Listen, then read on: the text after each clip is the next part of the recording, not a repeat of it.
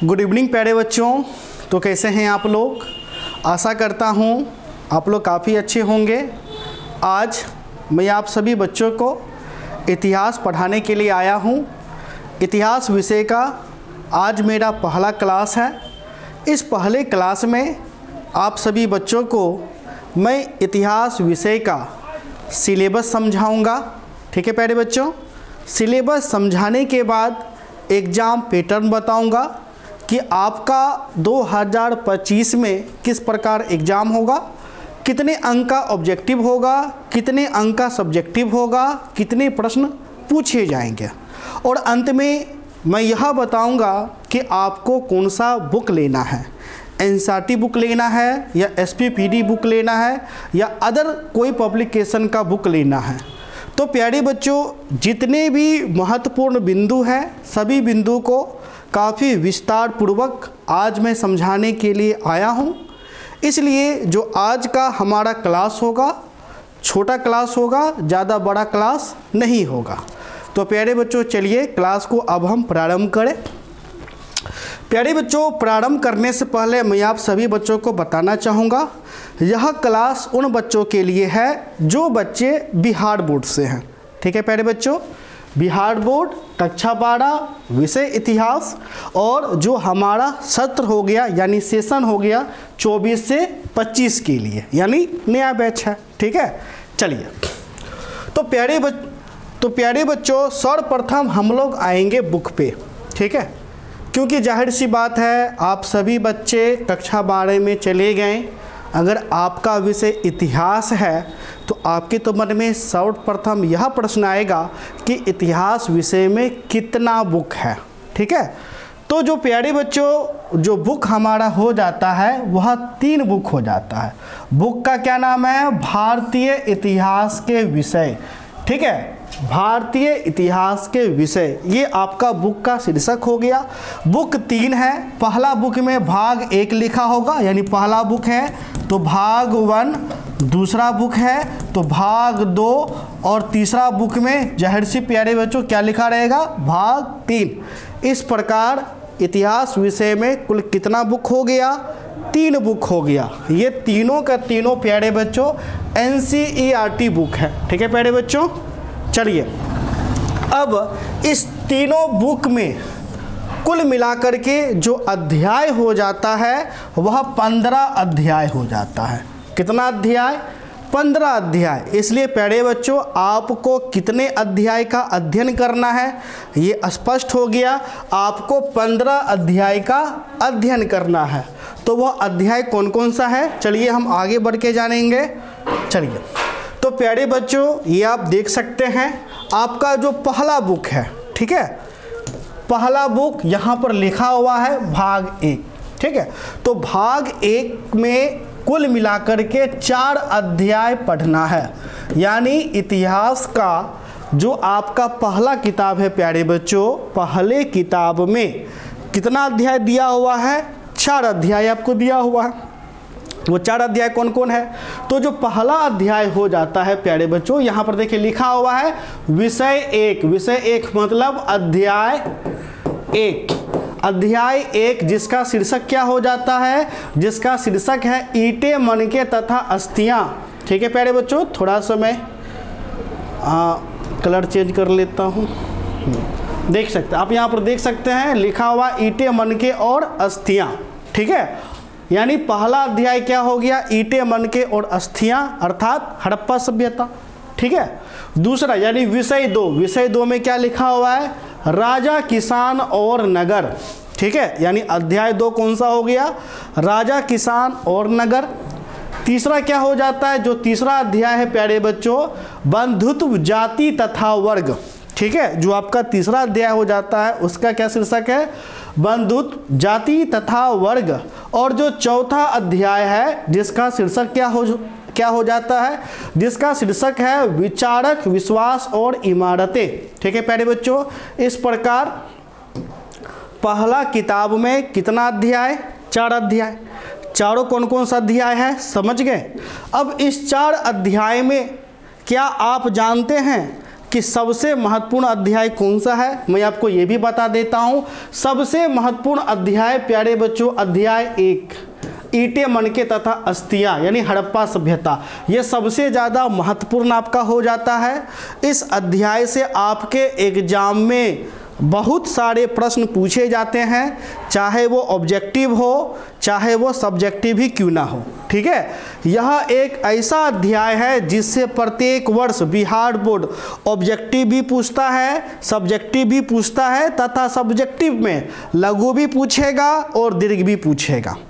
इसलिए इस पहले अध्याय को आप काफ़ी अच्छे से पढ़ें और इस अध्याय से कम बिहार बोर्ड में 23 अंक के प्रश्न पूछे जाते हैं। कितने अंक के? 23 अंक। कभी कभी 27 अंक भी पूछे गए हैं, कभी 25 अंक भी पूछे गए हैं और कभी कभी 20 अंक भी पूछे जाते हैं। लेकिन मैं आपको एक औसत बता देता हूं, इस अध्याय से कम प्रत्येक वर्ष 23 नंबर के अंक पूछे ही जाते हैं। तो इससे स्पष्ट हो गया कि यह अध्याय कितना महत्वपूर्ण है। उसके बाद दूसरा महत्वपूर्ण राजा किसान और नगर हो जाता है। ये आपका दूसरा महत्वपूर्ण अध्याय हो जाता है। ठीक है प्यारे बच्चों, इनसे भी ज़्यादा प्रश्न पूछा जाता है। इस दूसरे अध्याय में आपको क्या पढ़ना है? तो इस दूसरे अध्याय में आपको साम्राज्य के बारे में पढ़ना है, वो भी भारतीय साम्राज्य। तो भारतीय साम्राज्य जैसे क्या? जैसे मगध साम्राज्य हो गया, ठीक है, मौर्य साम्राज्य हो गया, गुप्त साम्राज्य हो गया। तो जितने भी बड़े बड़े साम्राज्य हैं सभी साम्राज्य के बारे में आप राजा किसान और नगर में ही आपको पढ़ेंगे। आपने सुना ही होगा गुप्त साम्राज्य के बारे में, मगध साम्राज्य के बारे में, ठीक है, मौर्य साम्राज्य के बारे में। आपने अशोक का नाम सुना होगा, सम्राट अशोक, ठीक है, चंद्रगुप्त मौर्य। तो इनके बारे में हम अध्याय 2 में पढ़ेंगे। ठीक है, तीसरा जो महत्वपूर्ण अध्याय हो जाता है प्यारे बच्चों वह विचार, विश्वास और इमारतें हो जाता है। ये आपका तीसरा महत्वपूर्ण अध्याय हो जाता है। इस अध्याय में आपको क्या क्या पढ़ना है? इस अध्याय में आपको गौतम बुद्ध के बारे में पढ़ना है कि गौतम बुद्ध ने किस प्रकार बौद्ध धर्म की स्थापना किया। महावीर स्वामी के बारे में पढ़ना है, आपने जैन धर्म का नाम सुना होगा। तो विशेष करके बौद्ध धर्म और जैन धर्म के बारे में आपको पढ़ना है, महावीर स्वामी के बारे में पढ़ना है, गौतम बुद्ध के बारे में पढ़ना है। ठीक है प्यारे बच्चों, और ये जो तीसरा अध्याय है बंधुत्व, जाति और वर्ग, ये उतना महत्वपूर्ण अध्याय नहीं हो जाता है, यानी उतना महत्वपूर्ण नहीं है, फिर भी इसे पढ़ना है क्योंकि जब तक आप तीसरा अध्याय को नहीं पढ़िएगा तो चौथा समझ में अच्छे से नहीं आएगा। लेकिन अगर एग्जाम की दृष्टिकोण से अगर मैं कहूँ तो सबसे ज़्यादा प्रश्न पहला, दूसरा, फिर तीसरा, ठीक है, यानी ये चौथा अध्याय आपका हो जाता है। तो इस प्रकार स्पष्ट हो गया कि पहले किताब में कौन सा अध्याय महत्वपूर्ण है, कौन सा अध्याय महत्वपूर्ण नहीं है। प्यारे बच्चों, आपको सभी अध्याय पढ़ना है, सभी अध्याय अच्छे से पढ़ना है। फिर भी मैं आपको बता देता हूं कि एग्जाम के दृष्टिकोण से कौन ज़्यादा महत्वपूर्ण आपका हो जाता है। ठीक है, जो एग्जाम के दृष्टिकोण से जो अध्याय महत्वपूर्ण होगा उसे काफ़ी अच्छे तरीके से पढ़ना है, एकदम निचोड़ करके पढ़ना है। ठीक है, क्योंकि मैं पहले भी बता चुका हूँ जितना हम ज्ञान को महत्व देंगे उतना ही हम अंक को भी महत्व देंगे। हम इस प्रकार से पढ़ाएंगे आपका ज्ञान भी आपको अच्छा प्राप्त होगा और अंक भी अच्छा प्राप्त होगा। ठीक है, चलिए, तो पहला किताब खत्म। अब आप कहिएगा कि सर अध्याय 1 में क्या पढ़ना है? तो अध्याय 1 में अगर हम डीपली बताएंगे तो क्लास तो काफ़ी ज़्यादा लंबा हो जाएगा और वैसे भी हम एक एक अध्याय तो पढ़ाएंगे ही पढ़ाएंगे एक एक करके। तो जब हम अध्याय पढ़ाना शुरू करेंगे तो उस अध्याय का सिलेबस हम उसी टाइम आपको बता देंगे। ठीक है, अगर अभी हम बताना शुरू कर देंगे तो काफ़ी ज़्यादा बड़ा क्लास आपका हो जाएगा। शॉर्टकट में चलना है। ठीक है, चलिए, तो अध्याय 1 का सिलेबस क्या होगा? जब अध्याय 1 हम पढ़ाएंगे तब बताएंगे, 2 जब हम पढ़ाएंगे तब उस टाइम हम आपको बताएंगे। ठीक है, चलिए, तो कुल मिलाकर के पहला किताब समझ गए। अब हम चलेंगे दूसरा किताब। ठीक है, तो पहला किताब में हमने कितने अध्याय पढ़ा? 4 अध्याय पढ़ लिया। अब जैसे ही दूसरा किताब आता है यानी भाग 2 आता है, भाग 2 हमारा अध्याय 5 से स्टार्ट हो जाता है। अध्याय 5 का शीर्षक क्या है? यात्रियों के नज़रिए से। ठीक है, इसका क्या मतलब हुआ? तो प्यारे बच्चों देखो, समय समय पर विदेशी लोग भारत आए। जैसे देखिएगा जैसे देखिएगा प्यारे बच्चों, अलब्रूनी हो गया, इब्न बतूता हो गया, फ्रांसवा बर्नियर हो गया, तो जितने भी विदेशी लोग भारत आए, भारत को देख करके भारत के बारे में जो भी अपना दस्तावेज दिए, जो भी किताब लिखे, उन किताबों का जब हम अध्ययन करते हैं तो उस समय के भारत के बारे में हमें जानकारी प्राप्त होता है। तो 5वें अध्याय में हमें विदेशियों का नज़रिया देखना है कि अलब्रूनी के हिसाब से भारत कैसा था, इब्न बतूता के हिसाब से भारत कैसा था, मेगास्थनीज के हिसाब से भारत कैसा था। ठीक है प्यारे बच्चों, तो कुल मिलाकर के एक विदेशी का नज़रिए से हमें भारत को देखना है कि अलब्रूनी ने भारत में सती प्रथा के बारे में क्या कहा। ठीक है, समझ गए। चलिए, उसके बाद जो 6ठा अध्याय हो जाता है भक्ति सूफी परंपराएं। 6ठा अध्याय कौन सा है? भक्ति सूफी परंपराएं। यानी 6ठे अध्याय में हमें भक्ति आंदोलन के बारे में पढ़ना है। भक्ति आंदोलन के बारे में हमें क्या पढ़ना है कि किस प्रकार भारतीय संतों ने, ठीक है, भक्ति आंदोलन का शुरुआत किया। जो आपका हिंदू धर्म था, यानी जो ब्राह्मणवादी व्यवस्था था, उस व्यवस्था के अंतर्गत जो भी कुरीति था, किस प्रकार हमने कुरीति को दूर किया और दूर करके किस प्रकार भारतीय लोगों को एक सूत्र में बांध सके, हिंदू और मुस्लिम के बीच समन्वय स्थापित कर पाए। ठीक है, जिसकी शुरुआत दक्षिण भारत में किस प्रकार शंकराचार्य ने किया। ठीक है, तो भक्ति आंदोलन के बारे में मुख्य रूप से 6ठे अध्याय में प्यारे बच्चों पढ़ना है। ठीक है ना। चलिए, तो दूसरे किताब में प्यारे बच्चों कितना अध्याय हो जाता है? तो दूसरे किताब में 5 अध्याय हो जाता है। 2 अध्याय ये हो गया, 5, 6।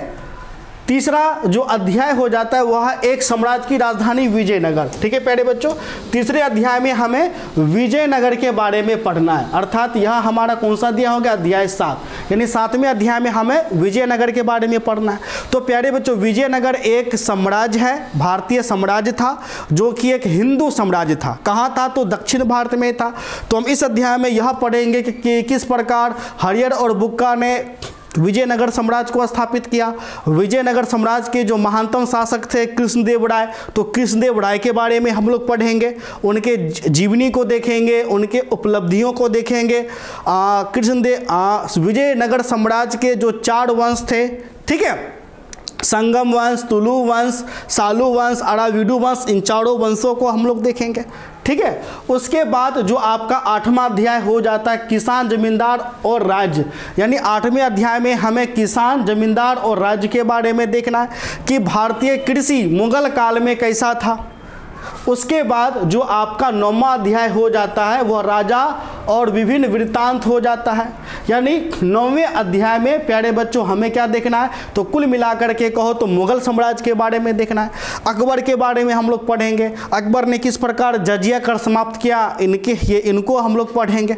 अकबर का धार्मिक नीति, ठीक है, अकबर का सामाजिक नीति, तो ए से लेकर के जेड तक हम लोग पढ़ेंगे। ठीक है, अब प्यारे बच्चों जो आपका दूसरा किताब आपका हो जाता है, इस दूसरे किताब में सबसे महत्वपूर्ण अध्याय कौन सा हो जाता है? तो इस दूसरे किताब में सबसे महत्वपूर्ण अध्याय 9 हो जाता है, यानी मुगल साम्राज्य। ये सबसे ज़्यादा महत्वपूर्ण हो जाता है, इनसे अत्यधिक प्रश्न आपके एग्जाम में पूछे जाते हैं। ठीक है, उसके बाद अध्याय 9 के बाद कौन महत्वपूर्ण आपका हो जाएगा? अध्याय 9 के बाद अध्याय 7 यानी विजयनगर साम्राज्य, ये आपका महत्वपूर्ण हो जाएगा।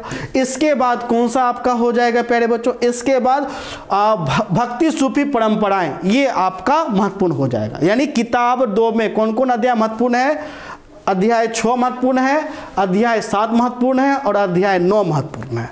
और अगर इन तीनों में देखा जाए तो सबसे ज़्यादा कौन महत्वपूर्ण? तो सबसे ज़्यादा अध्याय 9 महत्वपूर्ण, यानी जिसमें हमें मुगल साम्राज्य के बारे में प्यारे बच्चों पढ़ना है। ठीक है, यानी इस अध्याय को घोर करके पी जाना है। ठीक है, तो इस प्रकार आपका क्या हो गया प्यारे बच्चों?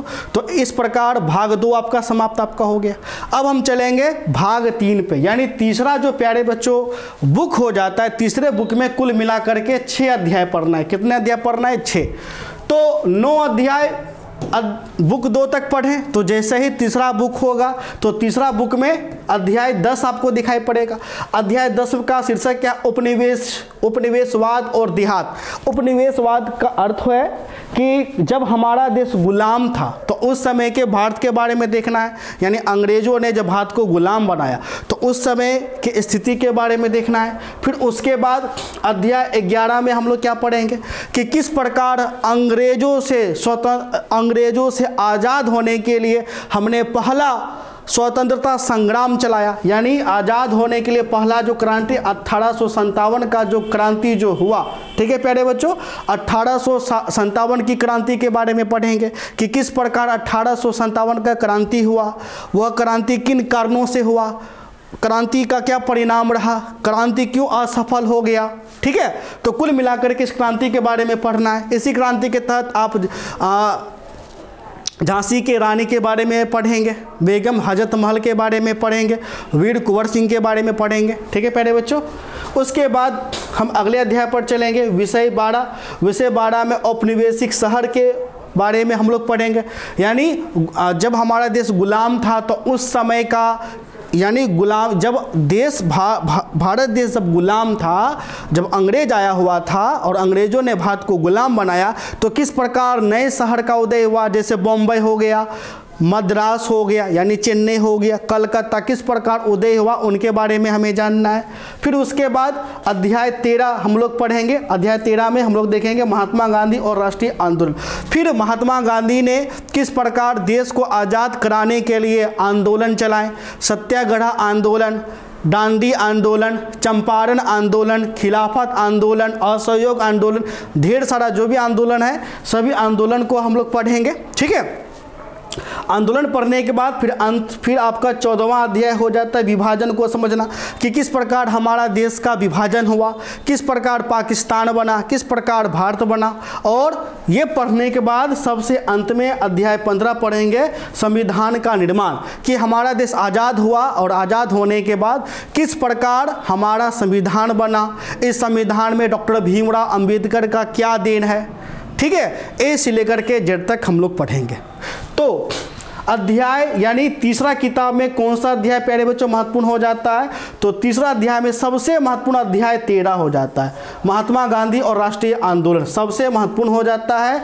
उसके बाद विद्रोही और राज, ये आपका दूसरा महत्वपूर्ण आपका हो जाता है। ठीक है, और अगर तीसरा की अगर हम बात करें तो तीसरा संविधान का निर्माण, ये तीसरा हो जाता है। लेकिन मुख्य रूप से एक महात्मा गांधी वाला यानी अध्याय 13 और अध्याय 12 ये दोनों काफ़ी ज़्यादा महत्वपूर्ण आपका हो जाता है। ठीक है, बाकी तो हम आपको बता ही चुके हैं। इसका फुल सिलेबस कब हम आपको बताएंगे, जैसे जैसे अध्याय पढ़ाएंगे वैसे वैसे सिलेबस वैसे सिलेबस हम आपको बताते हुए आपको चलेंगे। ठीक है, देखिए हम जो भी अध्याय पढ़ाएंगे तो अध्याय पढ़ाने से पहले हम सिलेबस बता देंगे, हम आपको क्या पढ़ाएंगे ए से लेकर के जेड तक, उसके बाद हम पढ़ाना शुरू करेंगे। ठीक है, तो इस प्रकार प्यारे बच्चों हमारा सिलेबस हो गया। क्या हो गया, सिलेबस हो गया और अध्याय हो गया। मैंने आप सभी बच्चों को सिलेबस भी दे दिया और मैंने बुक भी दे दिया। ठीक है, आप नोट्स में जाइएगा, जहां बुक और सिलेबस लिखा होगा नोट्स को क्लिक करिए, आपको अध्याय बाय यानी चैप्टर बाय आपको बुक मिल जाएगा। जो एनसीईआरटी बुक है चैप्टर वाइज प्यारे बच्चों आपको मिल जाएगा। ठीक है, चलिए आगे हम लोग बढ़ेंगे। अब प्यारे बच्चों आप बुक समझ गए, आप सिलेबस समझ गए, कितना अध्याय पढ़ना है यह समझ गए, कौन सा अध्याय पढ़ना है यह समझ गए। अब आपके मन में प्रश्न होगा कि सर एग्जाम किस प्रकार होगा, एग्जाम कितने नंबर का होगा। तो प्यारे बच्चों देखो, जो आपका इतिहास विषय है, ठीक है प्यारे बच्चों, एक मिनट,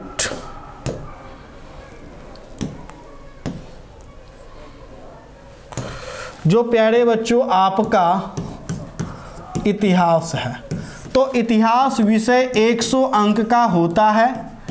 इस विषय में प्रैक्टिकल नहीं होता है। ठीक है प्यारे बच्चों, इतिहास विषय में आपको प्रैक्टिकल नहीं होगा, 100 नंबर का आपको एग्जाम देना पड़ेगा। ठीक है, अब जो 100 नंबर है इसका जो एग्जाम होगा वो 2 भाग में होगा। ठीक, पहला भाग जो प्यारे बच्चों हो जाएगा वो हो जाएगा ऑब्जेक्टिव। ठीक है, और दूसरा जो भाग हो जाएगा वो हो जाएगा सब्जेक्टिव। ठीक है, अब जो प्यारे बच्चों ऑब्जेक्टिव जो होगा, ऑब्जेक्टिव भी देखो 50 अंक का ऑब्जेक्टिव भी होगा और 50 अंक का सब्जेक्टिव भी होगा। ऑब्जेक्टिव मतलब वस्तुनिष्ठ प्रश्न, सब्जेक्टिव मतलब विषयनिष्ठ प्रश्न। ठीक है, ऑब्जेक्टिव कितने अंक का होगा? 50 अंक। इस ऑब्जेक्टिव में कितने प्रश्न होंगे? तो प्यारे बच्चों देखो, जब कोरोना नहीं था तो आपको कुल जो प्रश्न दिया जाता था वह 60 प्रश्न दिया जाता था और इस 60 में 50 बनाना होता था। ठीक है, लेकिन जब से कोरोना आया एग्जाम पैटर्न आपका बदल चुका है। अब जो प्रश्न की जो संख्या है वह 100 दिया जाता है और इस 100 में आपको 50 बनाना होगा। ठीक है, इस 100 में 50 बनाना होगा और जब से कोरोना आया है तब से यही पैटर्न आपको चल रहा है, अर्थात हम यहाँ मान करके चल सकते हैं आपका एग्जाम इसी पैटर्न पे होगा। यानी 100 ऑब्जेक्टिव दे दिया जाएगा, 100 में से आपको 50 बनाना रहेगा। काफ़ी आसान है, कोई भी बच्चा बना लेगा। फिर आपका जो सब्जेक्टिव है प्यारे बच्चों, तो इसी प्रकार जब से कोरोना आया है, ठीक है प्यारे बच्चों, जब से कोरोना आया है तब से जो लघु प्रश्न है, लघु प्रश्न में कितने प्रश्न आपको दिया जाएगा? 30 प्रश्न आपको दिया जाएगा और इस 30 में से कहा जाएगा कोई सा भी 15 प्रश्न बना ले। एक लघु प्रश्न 2 नंबर का होगा। कितने नंबर का होगा? 2 नंबर का। इस प्रकार कितने अंक का एग्जाम हो गया प्यारे बच्चों? 30 अंक का आपका एग्जाम हो गया। ठीक है, लघु में 30 प्रश्न दिया रहेगा, 30 में से कितना? 15, यानी कोई सा भी आपको 15 बनाना रहेगा। एक लघु 2 नंबर का रहेगा, इस हिसाब से 30 नंबर का लघु प्रश्न। ठीक है, उसके बाद दीर्घ। दीर्घ प्रश्न में प्यारे बच्चों कुल मिलाकर के 8 दीर्घ दिया रहेगा। कितना दीर्घ? 8। ठीक है, इस 8 में से आपको कितना दीर्घ बनाना रहेगा? 4, यानी 8 में से कोई सा भी 4 आप बना ले। ठीक है, और एक दीर्घ 5 नंबर का रहेगा, इस हिसाब से दीर्घ कितना हो गया? 20। तो 30-20 कितना हो गया प्यारे बच्चों? 50। ठीक है, तो 50 इधर 50 इधर, 100 पुड़ गया। तो इस हिसाब से आपका क्या होगा प्यारे बच्चों? एग्जाम। तो एग्जाम पैटर्न समझ गए ना? चलिए अब प्यारे बच्चों, अब आपके मन में यह भी प्रश्न आएगा, सर जो लघु प्रश्न होगा कितने शब्द में इसका उत्तर लिखना पड़ेगा? तो प्यारे बच्चों लगभग 35 से लेकर के 45 शब्द में आपको लघु का उत्तर लिखना पड़ेगा। 35 से 45 में लिख दीजिएगा, 2 में 2 अंक आपको काफ़ी अच्छे से प्राप्त हो जाएंगे। ठीक है, क्योंकि ये भी डाउट बहुत बच्चे के मन में आपको रहता है, तो इसलिए मैंने सोचा कि मैं आपको बता ही दूँ। चलिए अब हम आगे बढ़ेंगे। तो इस हिसाब से मैंने एग्जाम पैटर्न भी प्यारे बच्चों बता दिया। अब हम आगे बढ़ेंगे। अब हम देखेंगे बेस्ट बुक। अब आपके मन में प्रश्न आएगा कि सर हम कौन सा बुक खरीदें? ठीक है, चलिए पहला हर एक बच्चे के मन में आता है NCERT। ठीक, तो प्यारे बच्चों देखिए NCERT बुक तो मैंने आपको प्रोवाइड कर ही दिया है, मैंने तो दे ही दिया है। आप बुक में जाइएगा, नोट्स पे क्लिक करिएगा, पूरा NCERT बुक आपको मिल जाएगा। ठीक है, दूसरा एक और बुक आता है, उस बुक का पब्लिकेशन है SBPD। ठीक है, पब्लिकेशन का क्या नाम है प्यारे बच्चों? SBPD। ठीक है, SBPD। तो आपको क्या करना है, जो बुक खरीदना है वो SBPD पब्लिकेशन का हिस्ट्री का बुक खरीद लीजिएगा, कक्षा 12 का। ठीक है, अब SBPD का खासियत क्या है? तो प्यारे बच्चों देखो, आप पहले ये सोचो बुक तुम क्यों खरीद रहे हो। पहला नॉलेज के लिए, दूसरा एग्जाम के लिए भी। तो SBPD जो आप बुक खरीदेंगे, इस बुक का खासियत यह है, आपको देखो एक तो ऑब्जेक्टिव प्रश्न बुक में दिखाई पड़ेगा, आपको ऑब्जेक्टिव प्रश्न भी आपको रहेगा तथा प्रश्न उत्तर भी उसी बुक में आपको रहेगा। ठीक है, यानी एक तो बुक का तो बुक है तथा ऑब्जेक्टिव भी रहेगा। और ऑब्जेक्टिव में देखिएगा बिहार बोर्ड। ठीक है, बिहार बोर्ड। तो प्यारे बच्चों बिहार बोर्ड में जो भी प्रश्न पूछा गया है वो सारा प्रश्न उस बुक में अंकित रहेगा। जैसे मान लो इतिहास का हमने बुक खरीदा SBPD का, अध्याय 1 हड़प्पा सभ्यता, तो एक तो हड़प्पा सभ्यता शुरू में पढ़ लीजिएगा, फिर अध्याय के अंत में देखिएगा आपको वस्तुनिष्ठ प्रश्न आपको रहेगा, और वस्तुनिष्ठ प्रश्न में अंकित रहेगा कि कौन सा प्रश्न बिहार बोर्ड में किस वर्ष पूछा गया। इससे आपको उस बुक में सारा ऑब्जेक्टिव प्रश्न मिल जाएगा, लघु प्रश्न मिल जाएगा, दीर्घ प्रश्न आपको मिल जाएगा। ठीक है, तो बुक के साथ साथ प्रश्न उत्तर भी उस बुक में ही आपको मिल जाएगा, जो कि आपके लिए काफ़ी ज़्यादा लाभदायक होगा। लेकिन जो एनसीईआरटी बुक होता है प्यारे बच्चों, एनसीईआरटी बुक में डिमेरिट यह है, एक तो प्रश्न उत्तर आपको दिखाई नहीं पड़ेगा, और जो भी एनसीईआरटी बुक में प्रश्न उत्तर रहता है वह बिहार बोर्ड में ज़्यादातर पूछा नहीं जाता। यानी एनसीईआरटी बुक में अगर 100% प्रश्न उत्तर है तो मुझे लगता है कि मुश्किल से 5% भी नहीं पूछता होगा। ठीक है, ऑब्जेक्टिव तो आपको दिखाई नहीं पड़ेगा, दिखाई पड़ेगा नहीं दिखाई पड़ेगा। तो आपके लिए, चूंकि आप बुक क्यों पढ़ेंगे, सेल्फ स्टडी के लिए पढ़ेंगे, तो आप एसपीपीडी का खरीद सकते हैं, काफ़ी ज़्यादा आपके लिए बेस्ट आप रहेगा। एसपीपीडी का इसलिए सुझाव हम दे रहे हैं क्योंकि एनसीईआरटी आपके पास ऑलरेडी है, मैंने आपको प्रोवाइड कर दिया। ठीक है, तो उन बच्चों के लिए जो बच्चे पेड कोर्स परचेज कर चुके हैं, अगर आपने परचेज किया होगा तो बुक आपको उसी टाइम आपको मिल गया होगा। ठीक है, तो एसपीपीडी का खरीद लीजिएगा, काफ़ी ज़्यादा अच्छा बुक है सेल्फ स्टडी के लिए। ठीक है, चलिए, तो यहाँ पर आपका बुक प्यारे बच्चों हो गया। अब हम आगे बढ़ेंगे। चलिए, तो प्यारे बच्चों एक बार फिर से हम आप सभी बच्चों को पेड कोर्स के बारे में बता देते हैं। तो जो बच्चे बिहार बोर्ड से कक्षा 12वीं की परीक्षा 8 से 2025 में देंगे, उनके लिए हम पेड कोर्स चलाते हैं। पेड कोर्स प्यारे बच्चों शुरू हो चुका है, यानी कक्षा 12वीं आर्ट्स का क्लास शुरू हो चुका है। ठीक है प्यारे बच्चों, अभी तक आपको मात्र 1500 फी लग रहा है। पेड कोर्स का कितना फी लग रहा है? मात्र 1500। ठीक है, लेकिन ये जो 1500 फी है 1 फरवरी तक है। पहले 16 जनवरी था, उसे बढ़ा करके मैंने कर दिया 1 फरवरी तक। ठीक है, तो 1 फरवरी तक प्यारे बच्चों 1500 फी लग रहा है। 1500 में सभी विषय पढ़ाए जाएंगे अंग्रेजी छोड़ के। अगर अंग्रेजी भी पढ़ना चाहते हैं तो उसके लिए अलग से फी आपको लगेगा। ठीक है, तो अंग्रेजी छोड़ करके जितना भी विषय है, जो भी आपका, चाहे 4 विषय हो, 5 विषय हो, 6 विषय हो, ठीक है, 6 तो होगा नहीं, 1 4 होगा, अगर किसी का एक्स्ट्रा में होगा तो 5 आपका होगा। ठीक है, तो 1500 में सभी विषय आपको पढ़ाए जाएंगे। सारा पढ़ाई हमारा ऐप पर होगा। ऐप का नाम आर्ट सेंटर रोसेरा है। आप गूगल प्ले स्टोर पर जाएं, सर्च करें आर्ट सेंटर रोसेरा और आप हमारे ऐप को डाउनलोड कर सकते हैं। ठीक है, डाउनलोड करके पेड कोर्स में जाइएगा और आप ऐप से भी हमारे पेड कोर्स को परचेज करा सकते हैं। या अगर आपको किसी भी प्रकार का दिक्कत है आप हमें कॉल करिए। अगर आप पेड कोर्स में जुड़ना चाहते हैं तो कॉल करिए, हमारा नंबर है 70 61 50 45 52। इस नंबर पे कॉल करके आप हमारे पेड कोर्स में ज्वाइन कर सकते हैं, हमारे बैच को परचेज कर सकते हैं।